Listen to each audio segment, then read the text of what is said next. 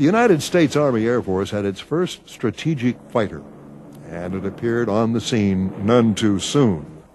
Through the fall of 1943, the heavy bombers of America's 8th Air Force had been taking a beating over Germany.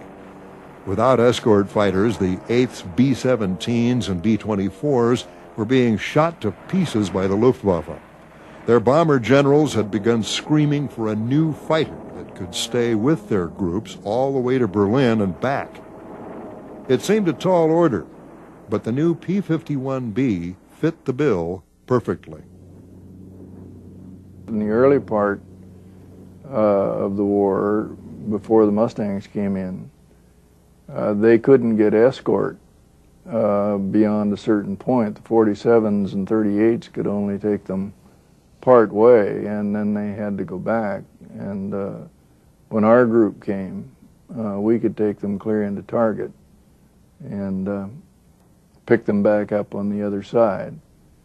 So, of course, there were only a handful of us initially, and but we were able to help them a little bit. Later, of course, 51s were all over the place. We used to watch them in prison camp, and when they'd go over, and it looked like each bomber had their own 51 escort with them. The P-51s were the workhorses. There were so many more P-51s because their range was farther, and I think their maneuverability was better. They were our little buddies.